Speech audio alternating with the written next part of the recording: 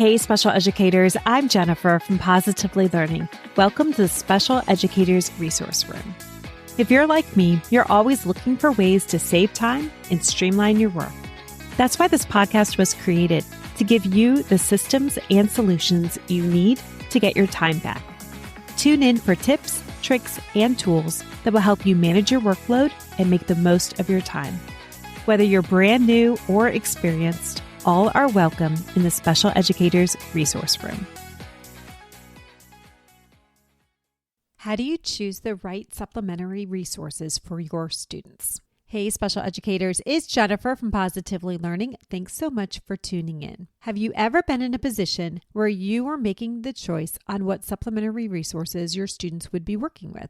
I'm sure the answer is yes. We've all been there probably many times. In this episode, I want to talk about things to look for and the criteria I used to find those just right resources.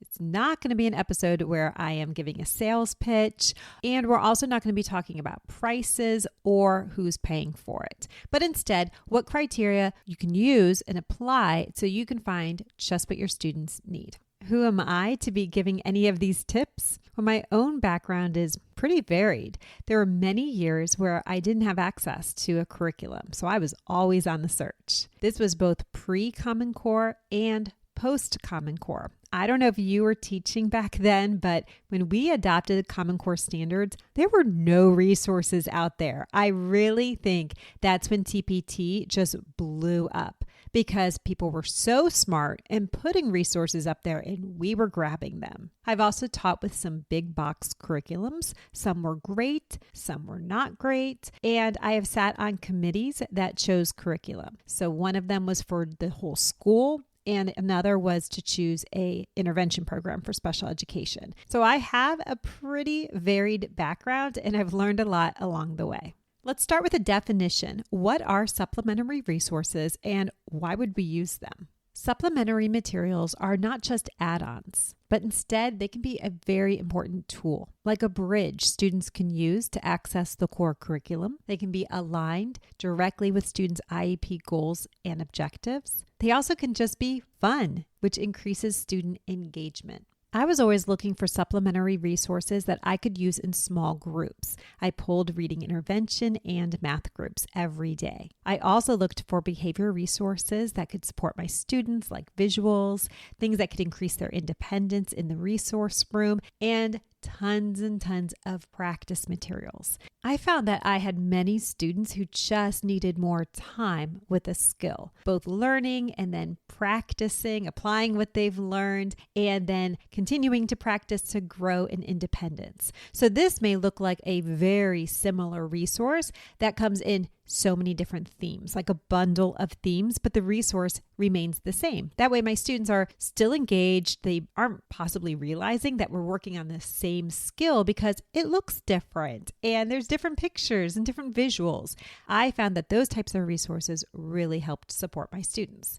Now, over the years, I have found some gems. I have also found some that did not work well. So here's the criteria that I fine-tuned along the way to find exactly what my students need.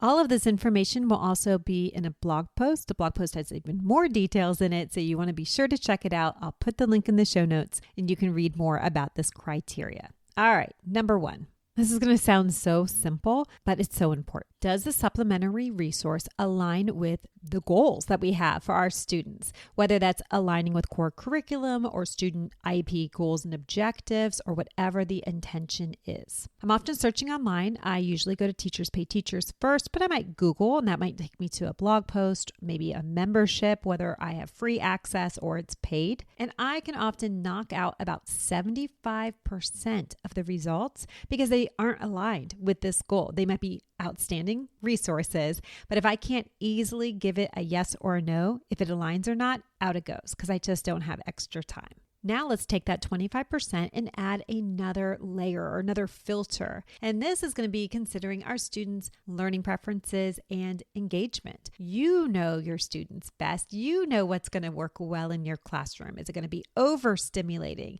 Is it not going to be interesting enough? You know best. So that's going to whittle away many of these results, and I'm left with a smaller amount. The third filter is just as important as the first two, and that is the accessibility of the resource. Is it user-friendly for students? And you know best, and our students have all different needs, so you have to look at the resource with many different lenses. Is the font choice appropriate? Can students navigate the resource? Is there extra distractions? Are there borders? Does the border help or does the border distract? Thinking about all of these different things. I have a quick anecdote. I had an awesome resource. Content was great, but it used really cute font and it was centered. So it was a writing resource and it was for first grade, and the resource looked very nice on the paper. And somehow I had enlarged it or something like that, but I had it presented so my students could access it as a model. And I had a student who worked so hard on her writing. I mean, really hard. I was so impressed, and she was so proud of herself. She presented it to me and it was all center margined, the writing, which is completely incorrect, right? So I looked at the model I had given her and I felt terrible. It was on me. I presented an incorrect model for her to use for writing, and she worked so hard. And you know how it's harder to undo than to learn for the first time. I never forgot that lesson. It was a tough lesson. I was going for vanity. It was a really beautiful resource I purchased, and it was actually doing the opposite with my students. So don't be me. A quick recap when you're choosing the right supplementary resources for your students. It needs to be aligned to your goal. You'll want to consider your students' interests and learning preferences, and you want to make sure it's as accessible as possible, including appropriate font choice, color and contrast between the text and the background, making sure all students can access the information. Imagery like clip art should be relevant and supportive, reduce distractions on the page, and one last important note is consistency. I touched on this a little bit in episode 65 when I talked about using consistency in student resources like task boxes. I think it is so important to maintain consistency. For example, if students are using a functional visual, say it's a sound wall, then the student resources that they are interacting with should have a very similar supportive visual. It shouldn't be something completely different. If they are used to a certain type of student visual directions, like I mentioned in the episode about task boxes, if I can maintain that consistency throughout all of the task boxes they use, that's supporting our goal of having our students be independent when they're using these resources. This consistency is definitely important when we consider collecting data through performance tasks. For example, I had students who were working on a specific skill and they needed more time on the skill, more practice. That's a little tricky though, because maybe we had a task box and they did the task box and it was memorized and they weren't getting more practice on it because they already knew those answers. So I needed to find parallel tasks or task boxes that had the same skill over and over and over again, but I could make it look a little different. Maybe one was for fall and the other was for winter, or one had ocean and the other one had zoo animals. Whatever you can do to make it a little bit different. Students were interacting with the same task. There's the consistency, but they didn't necessarily know that because it looked different to them. That was really important for student resources that I was looking at, because if I'm collecting a data point and it's a completely different task each and every time, what am I really collecting a data point on? Is it the skill, or is it my student's ability to follow the directions of that task?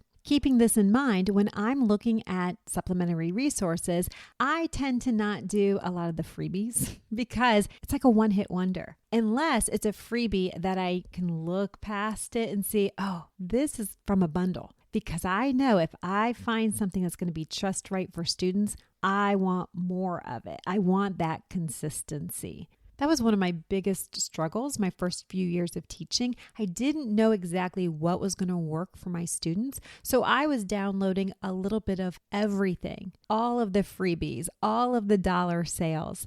And I ended up with so much to sift through. That brought a lot of clutter and a lot of decision fatigue. So don't be me. And if I could go back in time, I would look at those freebies and those dollar sales and just see past them. Oh, is this freebie from a larger bundle? That's great. I will try the freebie. I'll get some feedback, see if it works, and then I'll know if it does, I can go back and provide that consistency. Same thing with those dollar sales. So I hope this was helpful to you. I definitely recommend hopping over to the blog post where I've written out a few more details about what I would use as criteria when choosing supplementary resources for your students. Thank you so much for listening, and I'll see you next week in the Special Educators Resource Room. Thanks so much for tuning in, and I'm dying to ask, what'd you think? Be sure to hit the follow or subscribe buttons so that you never miss an episode. You can find the show notes and links for everything mentioned in this episode at positivelylearningblog.com. See you next week for more special education solutions.